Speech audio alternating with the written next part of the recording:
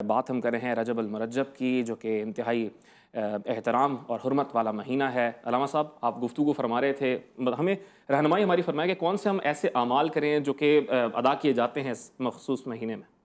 انسان مختلف اعمال اور افعال جو انجام دیتے ہیں، کبھی کبھی برے کبھی اچھے، تو اگر ان سے پوچھا جائے کہ بھائی آپ نے ایسا کیوں کیا ہے، تو اگر وہ جواب دیں یا نہ دیں، اس کی وجہ ایک ہی ہے۔ بعض اوقات بہت سیدھے اور صاف گو لوگ تو کہہ دیں گے میرے دل نے یہ چاہا، لیکن انسان کرتا وہی ہے جو اس کا دل چاہتا ہے۔ بالکل ایسے ہی ہر انسان وہی کرتا ہے جو اس کی طبیعت چاہتی ہے، فطرت ہے انسان۔ جو اس کا دل چاہتا ہے۔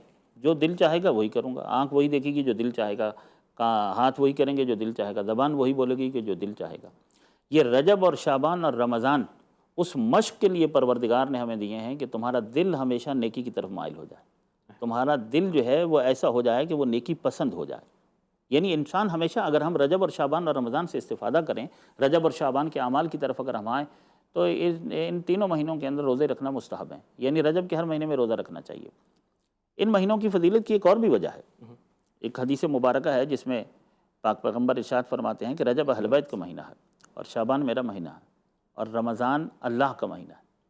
ایک جگہ حدیث پاک میں یوں ارشاد ہوا کہ الرجب و شہر علی والشعبان و شہری والرمضان و شہر اللہ۔ رجب علی کا مہینہ ہے، اور شعبان مجھ رسول اللہ کا مہینہ ہے، اور رمضان اللہ کا مہینہ ہے۔ یہ تین مہینے ہیں، تینوں کی نسبتیں پاک ہستیوں کے ساتھ ہیں۔ اس کا مطلب ہے کہ رجب میں علی زیادہ کرنا چاہیے تاکہ دل پاک ہو جائے، شعبان میں ذکر رسول زیادہ ہونا چاہیے تاکہ سرکار دو عالم ہم سے راضی ہو جائیں۔ جب یہ گھرانہ ہم سے راضی ہو جائے گا تو رمضان میں خدا بھی ہم سے راضی ہو جائے گا۔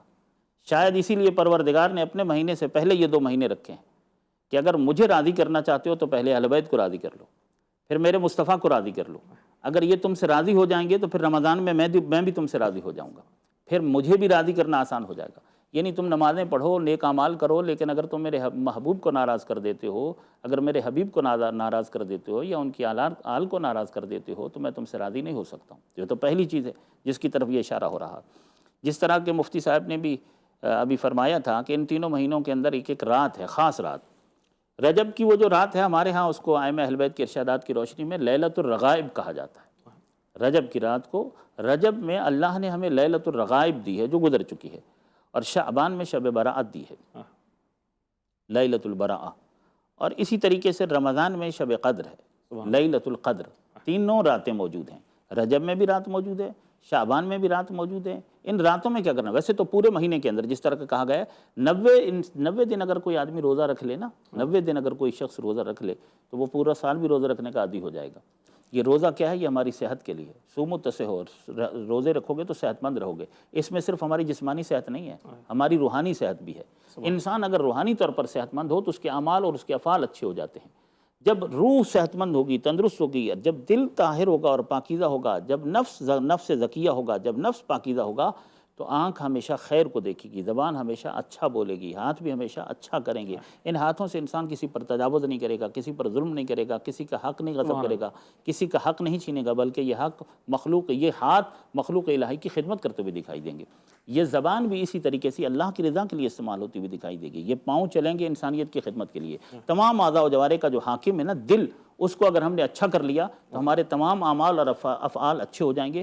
اس حاکم کو اچھا بنانے کے لیے پروردگار نے یہ 3 مہینے ہمیں عطا کیے ہیں، رجب اور شعبان اور رمضان۔ یہ مہینے اس لیے دیے ہیں کہ اپنے اس کیپٹل کو، اپنے اس بادشاہ کو، یعنی دل کو اتنا نیک اور صالح اور پاکیزہ بنا لو کہ باقی 11 مہینے بھی تمہارے اعمال، افعال، اخلاق، رفتار، گفتار اور کردار پاکیزہ رہے۔ دل پاکیزہ ہوگا تو تمام اعمال اچھے ہو جائیں گے۔